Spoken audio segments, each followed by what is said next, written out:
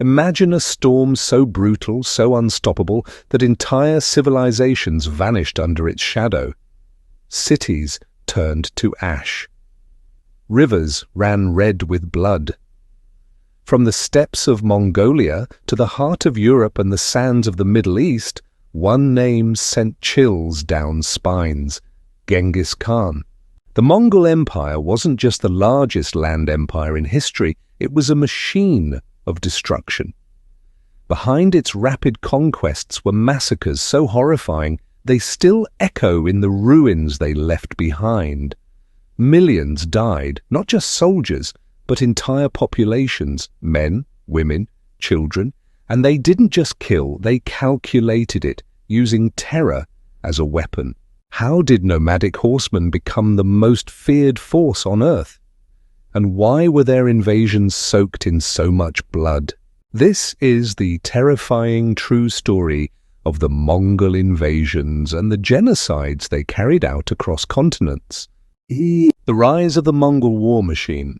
At the dawn of the 13th century, the world had no idea what was coming. The Mongol tribes were scattered, often warring among themselves. But in 1206, a man named Temujin united them under a single banner, becoming Genghis Khan, or universal ruler.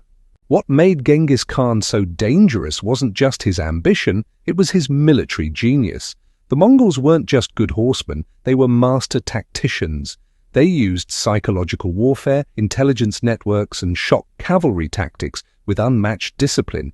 By combining mobility, deception, and absolute ruthlessness, the Mongols began a conquest unlike anything the world had ever seen. Northern China. The annihilation of the Jin dynasty. The Mongol invasion of northern China marked the beginning of a brutal pattern. In 1211, Genghis Khan launched an attack on the Jin dynasty, and by 1215 he had captured the capital, Zhongdu, modern-day Beijing.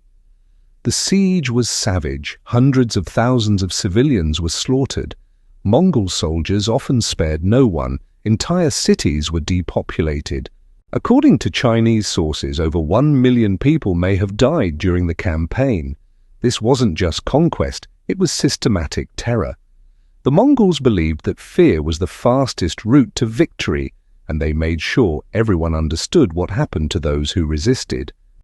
Central Asia, the Massacre of Nishapur.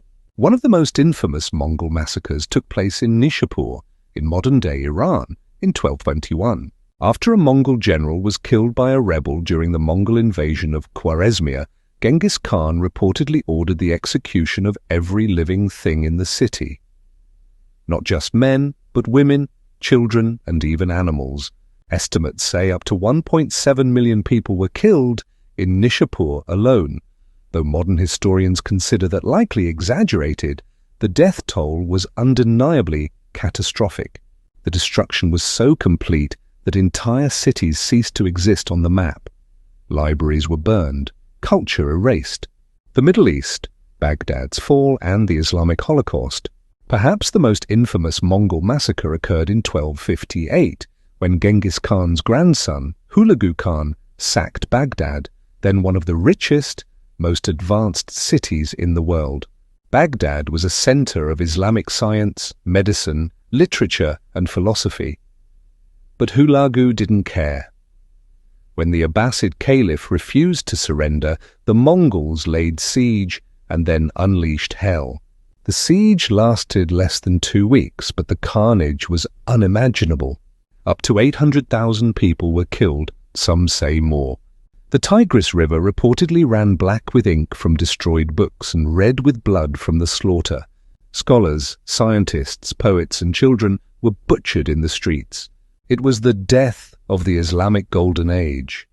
Civilization was set back centuries in the blink of an eye.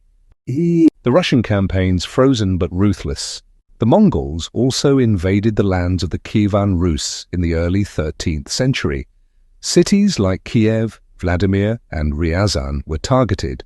In 1237, Batu Khan, another of Genghis's grandsons, led the charge. Cities were besieged and utterly destroyed. In Kiev, once a vibrant religious and cultural center, Only a few thousand out of tens of thousands were left alive. Monasteries were burned, priests were executed, churches were looted. Even though the Russian winter was harsh, the Mongols adapted and pushed forward, leaving a trail of scorched earth behind. The Mongol yoke would haunt Russia for more than 200 years. Europe, the invasion that stopped time. By the 1240s, the Mongols were knocking on Europe's door.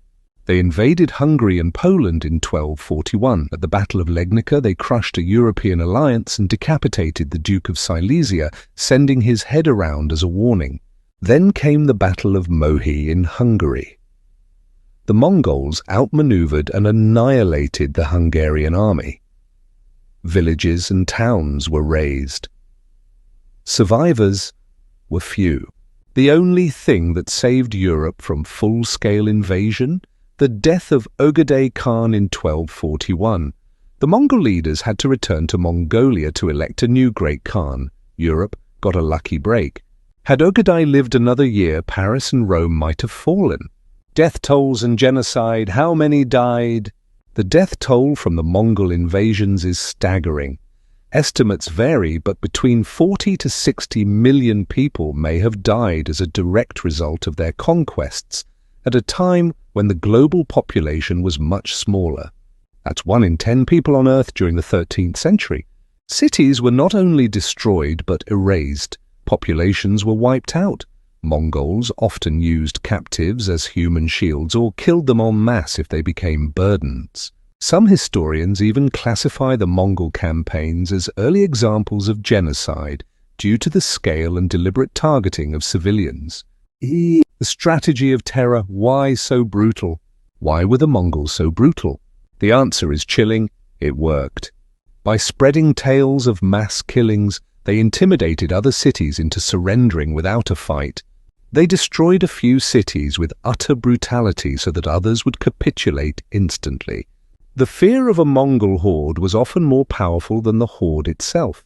They didn't kill for pleasure, they killed to win, and in doing so they perfected the art of psychological warfare centuries before modern armies. Legacy of destruction, irony. Ironically, once the Mongols conquered a region, they often became tolerant and peaceful rulers. They promoted trade, especially along the Silk Road. They enforced religious freedom in many areas. The Pax Mongolica, Mongol peace, allowed ideas, goods, and culture to flow across Eurasia. But the cost was unimaginable: millions dead, cities obliterated, cultures erased. To this day, descendants of Mongol victims in places like Iraq, China, and Russia still speak of Genghis Khan not as a hero, but as a genocidal monster. We often celebrate empires, but we forget the human cost beneath the banners and crowns. The Mongol invasions weren't just wars, they were cataclysms that reshaped the world with the blade, the torch, and the horse. So the next time you hear the name Mongol Empire, remember this: it wasn't just the largest empire in history, it was also one of the deadliest.